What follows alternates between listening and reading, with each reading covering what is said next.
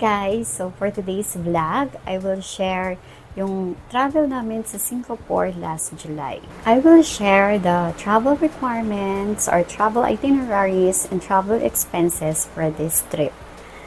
Guys, so if you don't know yet, merong promo yung Visit Singapore Rewards where you can redeem one experience for free. So, sino ba yung eligible for the Visit Singapore Rewards? First is, it's your first time to redeem Singapore Rewards for free. Next is, you are a short stay visitor in Singapore or a purely tourist. And next, if you are arriving by flight. So, how to redeem the Visit Singapore Rewards? So, first, you need to create an account.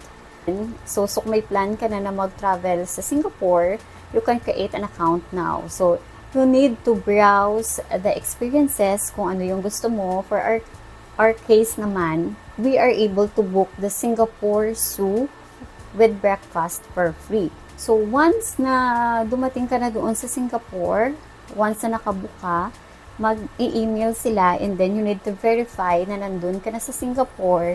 And then, once na-verify mo na, meron silang ibibigay sa'yo na code which ipakita mo doon sa attractions and na-redeem mo for the free entrance. So, pro tip guys, you need to book.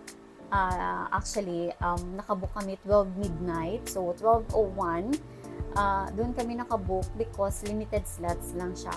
So, you can book that 14 days prior your arrival to Singapore. And also, paunahan din siya. For Zoo naman, open lang siya Friday, Saturday, and Sunday. Lang yung free per day. So, dapat paunahan talaga sa pag-book. So, yung ginawa pa namin prior to that is nilagay na namin lahat ng details sa Excel para during sa pag-book is diretso na i-copy-paste mo lang para mas madali. At least nakapasok kami at nakakuha na kami ng free experience. 3 days back prior to your trip, you need to log in and fill out the form for the e-travel and the Singapore arrival card. I will put the link on the description box as well.